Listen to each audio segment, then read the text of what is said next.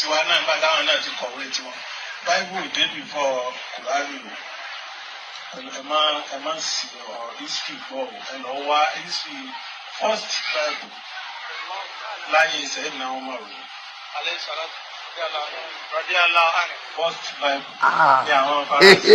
Ẹ̀kọ́ ńlá rèé fún gbogbo onírọ̀ ayé pátápátá.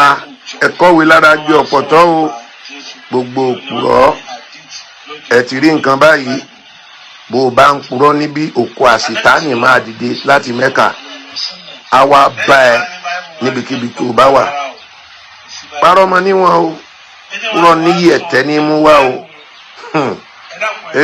Ó yẹ kó kọ́wé lára jẹ ọ̀pọ̀tọ́, ó yẹ kó kọ́gbọ́n.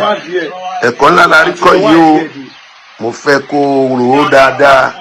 Gbogbo ọ̀rọ̀ tó ń pa tó ń dánú mọ́ yẹn, wo ẹnìkan lè má lè ja irọ́ rẹ̀, ṣùgbọ́n Ọlọ́run tó dá ń wò ẹ́, òkú àṣetánì gbáhùn lórí rẹ̀. Can you get it? If you don't get it, forget it. Ire o. Michael náà àwọn èyí Jésù. Àwọn ọmọ Jésù náà dé Róòmù rí. Wọ́n ti ń tọ́ọ̀bù. Yóò fi jọ àwọn tí wọ́n ń tẹ̀lé Jésù lójú. Wọ́n lè máa fi ṣàánú orílẹ̀-èdè àwọn. Ṣé ẹ mọ̀ pé Súrátù Róòmù ó wà nínú Al-Qur'an?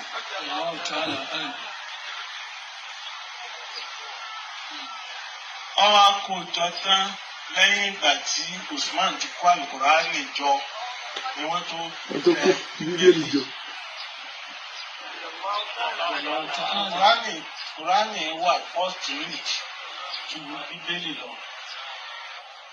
Síbẹ̀síbẹ̀ nínú àwọn Christianity, àwọn ẹlẹ́sìn Christian ń jẹ́ Christianity, yẹn bá jẹ́ Christianity, ó jẹ́ Christianity. Kábíyèsí ẹ Olódùmarè, kábíyèsí ẹ ọba àwọn ọba, kábíyèsí ẹ Ọlọ́run àwọn ọlọ́run. Mo gbé títóbi fún Ọlọ́run o, mo ṣe kábíyèsí fún Jehovah. Yahweh ó mà ṣe, Jehovah ó mà ṣe, Jésù ó mà ṣeun. Ó mà lágbára o, ọba tó mú mi mọ ọ̀nà rẹ̀, ọba tó ṣe mí ní Kristẹni tí ó jẹ́ ń wà nínú iyè ríra. Ó mà gbé yín ga lọ́pọ̀lọpọ̀ Ọlọ́run, ó mà ṣeun o, ẹ mà ṣeun lọ́pọ̀lọpọ̀ o. Ṣé ìsìnà tí ẹ fẹ́ máa fún ọ̀pọ̀lọpọ̀ àwọn ènìyàn ní eléyìí? Ìsìnà ńlá leléyìí, ìsìnà ńlá ó ní eléyìí. Kí a sọ pé Kùránì ṣáájú Bíbélì dé ayé, bàbá ńlá ìsìnà ni.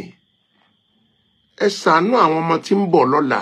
Kí ló dé ẹ̀yin àfáà àwọn yìí? Ó mà dùn mí o. Ẹ̀yin àfáà àwọn yìí kí ló dé? Ẹ̀dẹ̀ lọ́wọ́ ẹ̀kọ́ kún ẹ̀kọ́, kẹ́ wá ìmọ̀ kún ìmọ̀. Mo sọ fún yín pé tí ẹ̀sìn tẹ̀sìn ò bá yé yín, ẹ padà ẹ tọ̀ àwọn tí wọ́n fún yín lẹ́sìn yìí lọ. Ẹ lọ béèrè. Àti ẹ gbọ́ láwọn àkókò tó jẹ́ wípé kò sí íńtánẹ́ẹ̀tì. Àwọn àkókò kan wà tí ò sí íńtánẹ́ẹ̀tì tó jẹ́ wípé gbogbo nǹkan rú èèyàn lójú nígbà náà. But àkókò tá a wà yìí, òyìnbó ti sọ gbogbo dẹ̀rọ̀. Ìtàn tí ò bá yé ẹ, lọ Google ẹ̀. Ẹ gbọ́ irọ́. Ẹni mọ̀ pé òun parọ́, ó ní ká má tún sọ pé òun pa irọ́. Ó ní ẹ lọ yẹ̀ ẹ́ wò. Mo dúpẹ́ o. Gbogbo ọmọlẹ́yìn Kristi pátápátá, mo gbé Ọlọ́run ganu ayé yín o. Ẹ má jẹ́ ká bú àwọn oníṣẹ̀ṣe tí wọ́n lọ ń hùdí hadith, Quran, Anabi, Allah àti ìlú Saudi. Bẹ́ẹ̀ ni mo bá ẹnìkan pàdé níbi ẹ̀kọ́ àwọn MS bàbá. Àfáà ìgan dojú tì mí. The same thing ló náà wí. Bó náà ṣe sọ nìyẹn. Ó ní Ànábì ti ṣáájú Jésù wá tipẹ́tipẹ́ kí Jésù tó dé. ìwọ Ọlọ́run ọpọlọwọ ọmọ gbọ́dọ̀ lọ ó sì ń sọ tó ń búra lé lórí pé ànábì ti wá tipẹ́tipẹ́ ẹgbọ́n tí bàbá ilé náà ń sọ wípé wọ́n kọ́pì láti inú àlùkùránì ni níbo làlùkùránì ti wá rí àtàwọ̀rẹ́tà ìjìlá àti sẹ̀búrà tó sọ pé wọ́n kọ ìwọ Ọlọ́run kùránì tẹ gbé dání kò yé yín ẹ̀sìn yín kò yé yín ìtàn kò yé yín àfèpè àfèébú àfirọ́ àfèpè àfèébú àfirọ́ àwọn ọmọ yín dẹ̀ máa jogún bá gbogbo eléyìí abájọ tí gbogbo ọmọ yín fi ya n tó dáa kí mọ́ sọ kejì tó yẹ pé èpè làwọn máa ń ṣèràn yìí gbó ìbá tiẹ̀ sàn kó mọ́dé comment section mi ọ̀pọ̀lọpọ̀ tó ń wá comment section mi èmi ló fẹ́ bú èmi tó bú mi ò rí wòye èèyàn tí wọ́n máa kóbò ẹ́ wòye àwọn èèyàn tó máa fún ẹ lépè tìrantìran torí ẹ̀sìn yín ò ní ìbọ̀wọ̀ fágbà ẹ̀sìn yín ò lásà tó dáa ẹ̀sìn yín ò lápọ̀nlé kò sí nǹkan tá a lè rí inú ẹrù yín ju irọ́ èpè èébú àbòsí bẹ́ẹ̀ ṣe díjọ nìyẹn. This is the time tó yẹ kẹ́ ẹ pera yín ṣàkíyèsí ṣùgbọ́n ẹ̀ ní gbọ́. Mo kí yín ẹ̀yin ọmọlẹ́yìn Kristi mo kí yín lọ́pọ̀lọpọ̀ gan ni ẹ jẹ́ kí ọmọ yín kàn máa lọ fún Bible study ẹ jẹ́ kàn ọmọ yín lọ fún school of theology sẹ́rí kìí ṣe kéèyàn kàwé mo rí inú àwọn èèyàn wọ̀nyí tí wọ́n jẹ́ lẹ́sìn yìí tí wọ́n kàwé gan ṣùgbọ́n àsọgbọ̀n ìwé òran kìíní yìí táwọn náà kàn tún ṣe rádaràda tán ṣe játijàti. In the book of 2 Corinthians, I think chapter 3, yes, chapter 3, verse 6. Ó ní ẹni tó mú wa tọ́ bí ìránṣẹ́ májẹ̀mú titun, kìí ṣe ti ìwé, kìí ṣe ọgbọ́n ìwé, ó ní bí kò ṣe ti ẹ̀mí, nítorí ìwé a máa pani, ṣùgbọ́n ẹ̀mí a máa sọni di ààyè. Ẹ jọ̀ọ́ torí Ọlọ́run, ẹ jẹ́ kàn ọmọ yín kán kẹ́kọ̀ọ́ bíbélì ẹ jẹ́ kí wọ́n ní ìmísí láti inú bíbélì.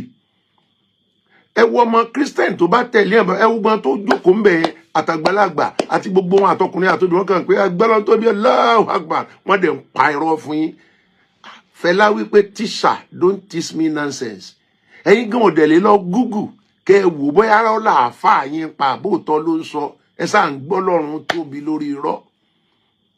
Ṣé ń tẹ́ wá ní káwa wá gbà lọ́wọ́ yín lélẹ̀? Ṣé ń tẹ́ pè ní ẹ̀sìn tẹ́ni káwá sìn lélẹ̀? A lè jọ rẹ̀ a lè jọ ṣẹ̀sìn kan náà pẹ̀lú gbogbo irọ́ yìí gbogbo kòtò irọ́ yìí ló dẹ̀ tí wá ń já báyìí. Ẹ̀ẹ́dẹ̀ sinmi kẹ́ wá nǹkan míì ṣe tàbí kẹ́ ẹ fi àwọn tó bá ní ìmọ̀ọ́lẹ̀ tí wọ́n lẹ́kọ̀ọ́ tí wọ́n lè bá yàn sọ̀rọ̀ láti inú àlùkùránì tí iyì àwọn èèyàn máa sí tí etí wọn máa gbọ́rọ̀ tí wọ́n mọ ibi tí wọ́n ti ń bọ̀ àti ibi tí wọ́n ń lọ ju gbogbo kàtìkàtì rádaràda rándanràndan tẹ̀sí ẹ̀yin bàbá ẹ̀ dẹ̀ bímọ ṣé àmọ́ yín gbọ́dọ̀ wọ́n fídíò yìí lọ́jọ́ ọ̀la kí wọ́n lọ Google ẹ̀ kán rí i pé rọ́lẹ̀ ń pa. Ẹ jẹ́ wà lálàáfíà gbogbo ẹ̀yin èèyàn ẹ rí mo sọ fún yín tó o bá ti sọ̀rọ̀ tó ta mọ́ kìrìsìtẹ́nì tó o bú tó àtáàkì báìbù kò síjà pẹ̀lú èmi àti ẹ̀ àwọn arọ́ tẹ́ bá pa màmá dìbọ́ǹkì ẹ̀ fún yín. Ṣùgbọ́n tó bá ti mọ́rọ̀ kan bíbélì tó mọ́rọ̀ kan Jésù tó mọ́rọ̀ kan ẹ̀sìn mi ẹ jẹ́ àjọ mú nǹkan lẹ̀ díẹ̀ yóò dára fún wa o ẹ wà lálàáfíà gbogbo ẹ̀yin èèyàn ọpọlọ wa ò ní lọ o